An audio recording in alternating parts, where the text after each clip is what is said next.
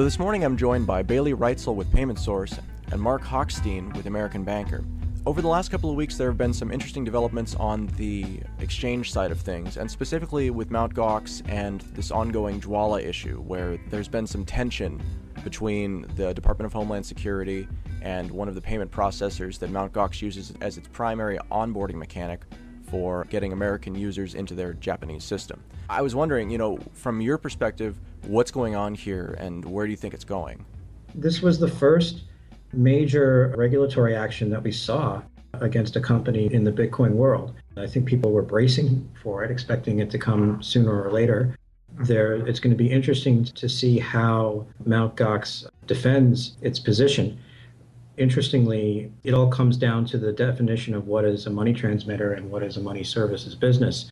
The FinCEN guidelines that came out a couple months ago indicated that they expected certain businesses that are involved in virtual currency, and they didn't specifically mention Bitcoin at the time, but they said that they expected these companies to comply with the registration requirements for MSBs and in many cases with the money transmitter requirements, which are even more stringent than the MSB registration. And it seems that the government has decided that Mt. Gox is a money transmitter. And I know a lot of this, what I'm telling you is nothing you don't know, but they definitely came pretty fast and furious. In terms of freezing the accounts that Mt. Gox had here in the U.S. with Dwolla and at Wells Fargo, and the so-called smoking gun that they had when Mt. Gox or a subsidiary of Mt. Gox applied for an account with Wells Fargo. Wells Fargo asked them, "Are you a money transmitter?" And they answered no. And I suspect that there may be some interesting case at some point debating what is the definition and do they have any plausible deniability? You're totally right. They did at one point say that they were not a money transmitter on one of their applications. But kind of an interesting thing from where I sit is that application actually was filled out in early 2011. So at the time... Long before the FinCEN guidelines came out, right? Right, exactly. So it seems like when these regulatory actions happen in almost a retroactive fashion, how can businesses really be expected to comply with that? Do you think that that's a fair standard? I think they might have a case with that. The FinCEN guidelines, when they came out a couple months ago, said that they were clarifying guidelines. So the subtext of that was, in case you had any doubts, yes, this does apply to businesses that fit these descriptions that traffic in virtual currencies. But again, I think that it may be an interesting defense that they could theoretically mount. You told us after the fact that we were definitely subject to this, and now you're freezing us. I don't think they got a warning. It wasn't like they got a cease and desist letter that says you have 30 days to get licensed as a money transmitter or we're shutting you down. I mean, it came pretty quickly. And now if they were a too big to fail bank, they might have gotten a little bit gentler treatment. But I think as a lot of money services businesses, not just in the Bitcoin world, have learned, justice is pretty swift and harsh if you're a small operation, and if you're HSBC or a large global institution like that, you get kid gloves. I think this shows the growing attention that's being put on Bitcoin, and these businesses are really going to have to pay attention to the guidelines and whatnot. At the Bitcoin conference, somebody in the legal realm was talking about how Western Union was really looking at Bitcoin too. So we're just seeing a lot of these legacy systems start paying attention because Bitcoin has the opportunity to really disrupt those industries. At the Bitcoin conference, again, you're there kind of representing, you write for Payment Source, which talks more about conventional banking and things like that. What was kind of your take on Bitcoin? Do you think that it represents, a threat? I mean, is it a good thing? Is it a bad thing? What's your read at this point?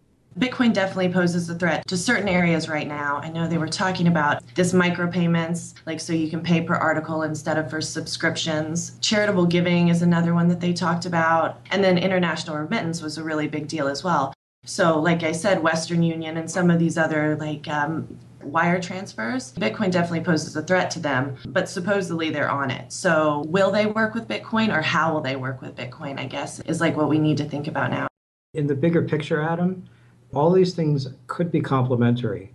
When people talk about competition does not always have to mean winner take all. Pencils and pens compete with each other in some sense, but there are some types of writing that you might choose to do with a pencil, and there's some types of writing you might choose to do with a pen.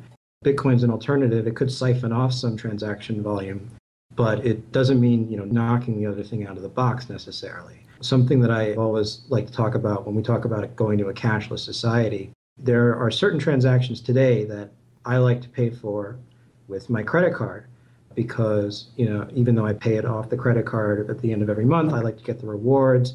I like the fraud protection. So there is some value to that. But there are other transactions that today I might choose to pay for with cash. And if cash goes away, I might want some other way to pay that is not necessarily tracked and traced and data mined, and that there needs to be some kind of an alternative as we go to digital payments, and Bitcoin has shown that that's possible. You say that cryptocurrencies represent an alternative, and I think that I agree with that. But the part that I come back to, in the pencil pen argument, is that maybe that wouldn't be the case if all the world had ever known was pens. You know what I mean? It seems like that's true, but right now we have kind of a debt-based money system, and Bitcoin isn't debt-based. Bitcoin is asset-based, it's ownership-based. It just seems like it's very, very disruptive to a lot of existing systems beyond the ones that you happen to mention. I'm curious for your thoughts on that. It definitely is an emerging competitor to PayPal and to some extent to Western Union, MoneyGram, businesses like that. There was a report that came out about a week ago by this company called FIS. They're a vendor of banking technology, the core systems that banks run. They're one of the big providers of that. And they did this whole sort of focus group study about real-time payments. And they did all these sort of polling and research to make a business case that consumers want real-time payments and that they would consider this extremely valuable. And I read that and I thought it's kind of silly that in the world that we live in today, where I can send you an email and you'll get it almost instantaneously, that it's considered sort of a goal or a reach for the banking system to enable real-time person-to-person payments or account-to-account transfers or real-time remittances. How hard could it possibly be? And if you built the banking system from scratch today, it would look more like Bitcoin than the patchwork that we have. And so, it shows what banking could be like if you didn't have so many legacy systems. Regulation is also a factor. I mean, I don't want to be disingenuous. I think that, part of the issue that banks face is they have AML and KYC requirements. That adds cost and that adds friction. Satoshi didn't ask for any licenses or permissions when he designed Bitcoin. He just kind of went ahead and did it, left it to the users to figure out how to integrate that into the real world. It's definitely really beneficial for merchants that the currency stabilizes. It's going to be a cheaper system if, like Mark said, we can keep the cost down. But with the current regulations, I'm not sure that that's going to be possible because these businesses are going to have to start getting state licenses, which is a pretty big expense. But you also have the no chargeback thing, which for merchants looks very attractive. So hopefully we can do that, and it'll be a big threat. But the regulation right now is, we're going to really have to talk to the regulators, I think, and the Bitcoiners are actually going to have to go out and make that happen and not wait for the government to ask them. Eric Voorhees is one of the names out there in the Bitcoin community who is basically saying that it is a bad idea and asking for trouble to operate any kind of Bitcoin-based business out of the U.S.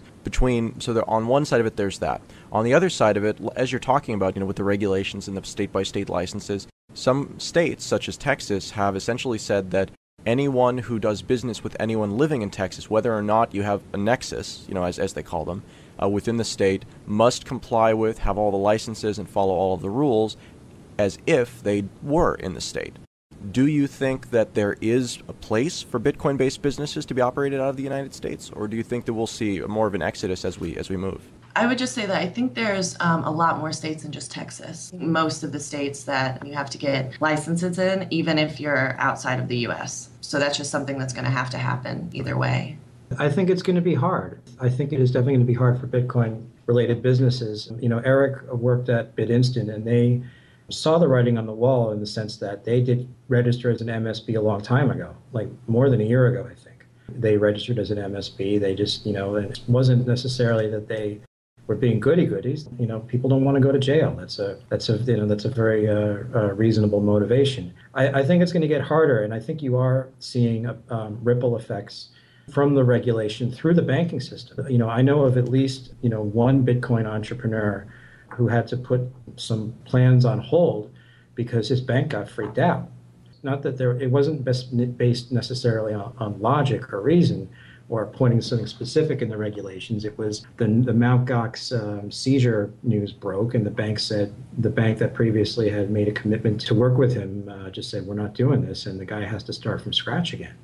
So, there's these sort of indirect effects that are coming from the regulation. It's going to be hard. It's going to be really interesting to watch. I don't know whether there has to be an exodus, but I wouldn't be surprised if some entrepreneurs sought more welcoming jurisdictions. It goes with the Bitfloor thing too with Roman. His account got shut down at Capital One, and likely because they're looking at him as risky money transmitter business, which, even outside of the Bitcoin space, like those accounts get shut down quite frequently. But so he's having to deal with getting the check back from the bank and then finding another bank to open an account so he can get that money back to his users before, which is going to be quite difficult for him. So it's just, I think the U.S. regulations and the banking system right now looking at Bitcoin businesses, it's going to be a struggle for Bitcoin businesses.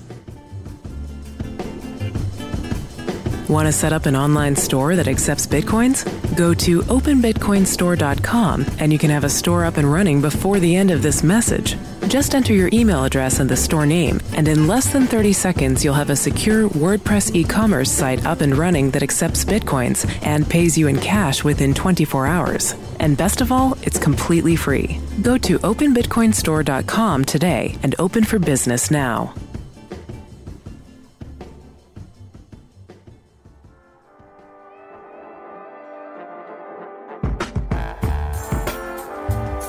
Let's Talk Bitcoin is heard each week by thousands of people who are participating in the new digital economy.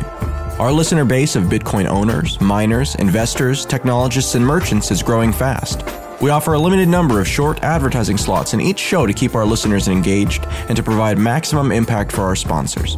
If you'd like to talk to us about Let's Talk Bitcoin, send us an email at sponsors@letstalkbitcoin.com. Now, one thing that jumped out at me about the Mt. Gox issue was that the action was actually taken by the Department of Homeland Security. I had been under the impression that this was not generally an area that they were involved in. So, again, from your perspective, is this a normal action? Should it have come from a different agency? Is it surprising to you at all, or am I just making something out of nothing? I was surprised. I'm not an expert in all the legal issues here, but I was a little bit surprised, because when I think of Department of Homeland Security, I think of, stopping ticking time bombs or whatever. Maybe this does fall under their portfolio, but FinCEN would have been the agency I would have expected to take action. But, and of course, it doesn't really help in terms of optics that it's Department of Homeland Security, right? Certainly. If, the knock on cryptocurrencies is that, they facilitate money laundering, then, even if this was under the jurisdiction of DHS, it just sort of has all these insinuations that may not be fair. The crime that allegedly was committed by Mt. Gox was operating as a unlicensed money transmitter. So there's, I've seen no evidence that there were, that any nefarious characters or truly nefarious characters were using Mt. Gox to launder money. It was more just a violation of the requirement to, file the right paperwork and pay the fees and whatnot. But when you have DHS involved, that just sort of, that name just has certain associations with it. Where do you think that this cryptocurrency movement is going? I think Bailey had to step out, by the way. From what she told me about the conference, there's still a lot of interest in it, definitely from the VC community. I think that dealing with the regulators is going to be a challenge. I think dealing and integrating with the banking system is going to be a challenge. But there's something that I always forget to note this whenever I talk about Bitcoin with people. But there's something that the cryptocurrency has going for it, that it's sort of subjective, but the energy and the enthusiasm around it in that community is really something. I have never heard of anyone talk about going to a Google Wallet meetup, right? How many PayPal user forums are there out there, aside from people complaining about PayPal? There's a real sort of, and critics call it cultish. And I actually think that it's sort of very endearing. The people you meet, they're really into it. They believe they're changing the world. I don't know if they actually are changing the world, but they believe it, and they're dedicated. And that counts for something. The other thing, when people talk about the value of cryptocurrency, if I handed you a poker chip and I said, Adam, this poker chip is really valuable, and you would laugh in my face, right? It's just a piece of plastic. But if I told you that this poker chip could sprout wings and fly anywhere in the world, probably instantaneously and, at tops 20 minutes, anywhere I said on command, and the person receiving it wouldn't even have to know it came from me, well, that has some value. We don't know exactly how much that's worth, but it's worth something. And so I think that as long as the exchange rate is, and it seems to have stabilized too. It's like over 100 now, right? I mean, it was like 112 last I checked. Yeah, it's been floating around there. Yeah, so it's, after the volatility a few weeks ago, it seems to have been fairly stable. But as long as this thing is worth more than a penny in terms of the exchange rate, then the protocol is useful. So, I don't know if it's going to just sort of stay as an underground thing or if it will get more mainstream, but it's going to be really interesting to watch. And I don't know exactly how it's going to play out, but I do think it's going to have some kind of an impact. Everyone makes fun of me here because I talk about Bitcoin so much there in the office, and I've been into it for like a year now, but I just, I really admire that community. As far as whether Bitcoin can be compatible with banking, in a better world, it would be. I mean, in reality, no.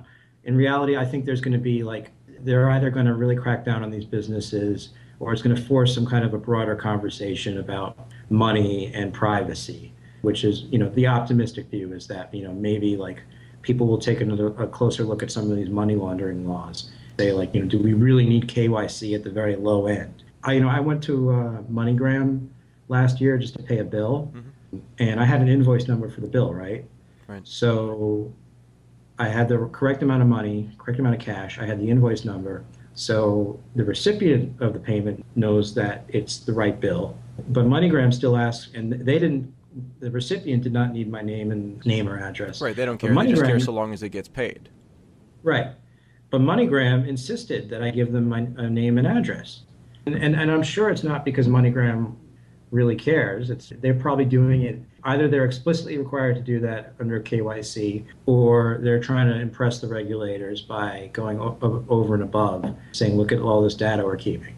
But either way, I mean, why do I have to have my name and address floating around in one more database? And it kind of brings us back around to this big versus small is actually in reality different, but the way that our rules tend to work does not differentiate between those two. It's a very one-size-fits-all solution.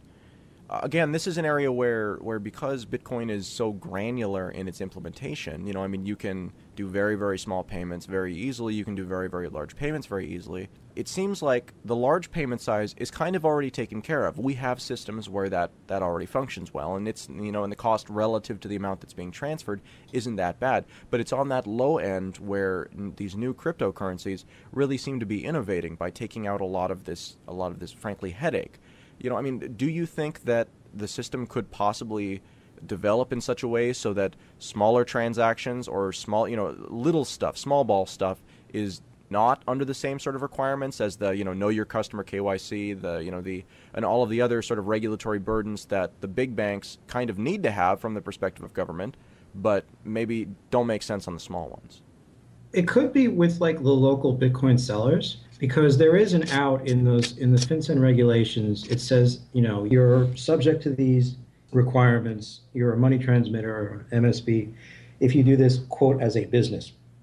So some of these local Bitcoin sellers, and I don't know how they define as a business, but the meetup group that we go to, some of those people have bought or sold Bitcoins in the over-the-counter market. And that could be part of the solution, because if they keep under the radar and they just do little transactions here and there, it's not super efficient, but it's harder to control or shut down like Mt. Gox was. I mean, Mt. Gox was the least Bitcoin-like aspect of the Bitcoin world, right? I mean, Bitcoin is decentralized, it's peer-to-peer, it's distributed, it's, and this is something actually you guys should talk about with your co-hosts, is that you could argue that it's an anti-fragile system. Yeah, I'm very familiar with this concept. We've been talking about it for about a month now. Yeah, the more you punch it, the less damage it takes from each, punch that comes back. Right. So I think the little Bitcoin sellers could be part of the solution. It's not going to be a great way for VCs to buy this stuff, or for institutional investors. But if I want to buy something from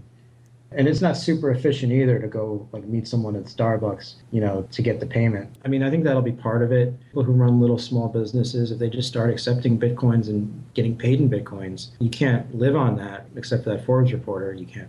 The privacy aspects of Bitcoin are what really drew it to me. The whole idea that you can do digital transactions and not be tracked and traced and cataloged if you don't want to be. I think that's very valuable, and I think that's valuable to people who are not necessarily criminals and terrorists. And that's what excites me, and the idea that you can bypass censorship. So, just because Joe Lieberman doesn't want you to send money to WikiLeaks, Bitcoin gives you a way to do it. That's what energizes me. Who knows? Maybe Frycoin is right. Maybe Frycoin is, that's the one that you like. If you don't spend it, you get taxed, right? There's something like that. Yeah, that's the one that loses value over time, certainly. In theory, I would entertain a cryptocurrency that was Keynesian or magic money tree cryptocurrency. I'm not saying that I agree with those theories either. I'm just agnostic about that. But like Bitcoin's out there. It's made a contribution already, just in terms of humanity, just because of those other aspects of it, regardless of whether they're right about inflation or deflation. My theory is 6 months to 12 months from now, we're going to see congressional hearings where they pull in basically anybody they can find, to talk about this Bitcoin thing. And I'm curious, so do you think that that's an accurate time frame here based on how things are looking, or do you have a guess? I'd say 6 months sounds about right. To the extent that banks are paying attention to Bitcoin, they probably feel threatened at the margins. I'm sure they would all say like, oh, well, we have to invest in all this like compliance, so why don't these other newcomers have to do it? Again, with all these things, it's kind of like fighting back the tide to a certain extent. Even as an observer standing way back, you can kind of see the direction that things are going in, and so, you can fight that, but that's still the direction that things are going in. I like to make the analogy to Uber. Okay. Uber, is sort of the startup that, shoots first and asks questions later. Right. And they run into resistance in a lot of the cities they go into. They insist everything they're doing is legal, but they get a lot of challenges. But they create facts on the ground. I hate that expression, by the way, but and I can't think of a better way to say it, is that they go in, they start their business, they get customers who like them, and then, and then they figure out the regulatory stuff. I wonder if that's the way to go for disruptors in the financial services industry, and I don't know what the right answer is. But contrast that. Have you ever heard of Aaron Greenspan? Aaron Greenspan? No, I don't believe so. No. Aaron Greenspan, he had a company called Face Cash out in California. It was some kind of a innovative payments idea he had. He basically put $1 million into this thing, and he never got his business off the ground because there was a money transmitter law passed in California in like 2010 that was lobbied for by American Express, Western Union, etc., that basically gave the state regulator discretion as to how much of a bond that a new licensee had to put up. And this guy could never get a straight answer from the California regulator as to how much money he was supposed to have or how much capital he was supposed to have. Right. And he was never able to start his business. He sued the state, he sued a lot of people. It's kind of a sad story, but he was an example. You could point to him as an example of, here's a guy who tried to play by the rules and asked for permission and did everything he was quote unquote supposed to do, and he got hosed. Yeah. As opposed to Uber or Airbnb, they start up and they get customers and they do business, and then later on they're like, oh, I didn't know I was supposed to apply for a license, Right. And what's the right answer? I don't know. And I don't want to advise anyone to go and test the limits. I couldn't have it on my conscience if they ended up in a bad situation. But at the same time, I see the case for that. The results speak for themselves to a certain point. So I have an unrelated question. We're in the process of turning Let's Talk Bitcoin into a formal journalistic organization. We're at this conference making these decisions, and I come back and I see that this kind of major scandal has broken about government wiretaps and subpoenas and lawsuits, essentially going after journalists for being journalists. I've been watching this space for a long time, and I've actually never seen anything like this in my lifetime. I'm only 28. The kind of biggest reference point that people can give me is that this is what happened during the Nixon administration. This seems like it's an important development to me, and I'm curious if you also think that. I think a lot of journalists, particularly if they're reporting on sensitive topics like national security, are going to have to learn more about crypto. Been dabbling with this stuff for about a year, but it's mostly been sort of like theoretical. Like, I don't like the idea that the NSA could be listening. By the way, if the NSA is listening, peace be upon you. Just on the abstract level, but it's sort of becoming like more palpable. So, I mean, I think that journalists, in fact, this is sort of the topic of the panel I'm going to do at the New York conference. Not so much Bitcoin with journalists, although that's part of it. VPNs and Tor and Jitsi, start making use of those tools. Know the limitations of them because none of them are guaranteed to be 100% foolproof. But again, that's not a reason not to use it. You can put a kryptonite lock on your bike, and there's still a chance that someone will use Freon to smash it. But it's better than just leaving your bike on the street with no lock, right? Yeah. So yeah, I mean, it's horrible. It's completely f***ed up. And I used to make fun of Tea Partiers, and I still reserve the right to make fun of Tea Partiers. But they look a lot more credible now. If the IRS was profiling groups to scrutinize because they had Patriot or Tea Party or Liberty in their name, maybe they have a point. When they talk about this stuff, it's not encouraging. It is not good, and that's why WikiLeaks is an important part of the Bitcoin story that gets overlooked too much. Say what you will about WikiLeaks. Julian Assange is kind of a, but they were a journalistic whistleblower organization that some politician decided extra legally put pressure on the big payment networks to stop sending payments to. It's PayPal's business if they want to send money to someone or not. It's their company. But there ought to be some alternative way to get money around. So that's why Bitcoin's an important alternative, because it can't be controlled. There's a directionality that we're moving in, and it's not one that involves more freedom for people and less scrutiny for people. This is kind of all done under the auspices of protecting citizens against criminals. Very broad strokes, obviously. This is a bad direction. And it's, and the actions that are being taken, like the journalistic thing, because journalistic organizations haven't really been doing their job when it comes to covering political issues for quite some time now. That's actually not a new thing, and I don't think many people are surprised about that at this point. What is surprising is that now the structure that they've been representing and apologizing for and presenting the case for is turning on them. And to me, that says that something is very wrong with not just the system, but that something is so wrong that it's requiring almost a cannibalization of the existing control mechanisms. So again, this can be on or off the record as you like it, but I'm very curious if I'm reading this wrong. That's a big question. It is, yes.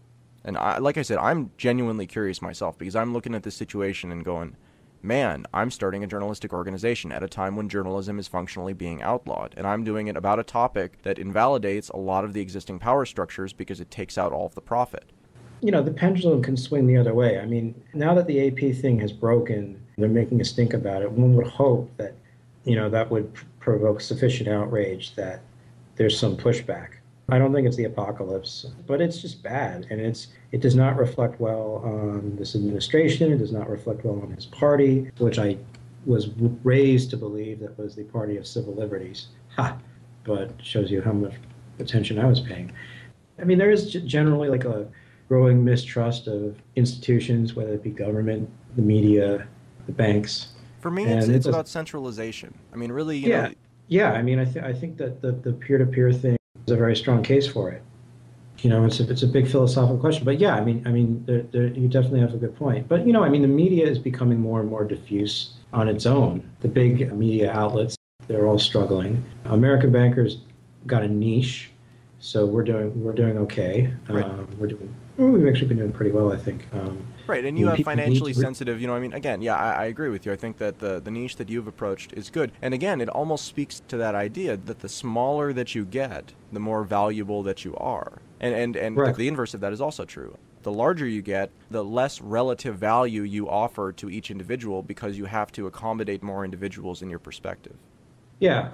The funny thing is that we are actually the oldest financial newspaper in the country. Huh, I didn't realize that. I'll leave you with this. We were founded in 1836 when every bank issued its own currency and there was no national currency. And the original mission of what was originally called Thompsons Banknote Reporter was to sort of differentiate between the banknotes that were for real and the banknotes that were bullshit. So, he would expose counterfeits. John Thompson would expose banks that shin plasters was the term he used. He would send his sons around town in New York, and they would go to different banks with their banknotes and say, here's $1 that you've issued. Can you give us $1 worth of gold? And the ones that could produce the gold coins would get good ratings in Thompson's Banknote Reporter, and the ones that couldn't, he would savage them. So our heritage kind of ties back to all the stuff that we've been talking. He was a character. He was a practitioner as well as a journalist. He founded one of the banks that is now part of either Citibank or Chase, I forget which, and his sons were bankers too. But he was a wild character. Marc Hochstein, American banker. Thank you very much for your time. My pleasure.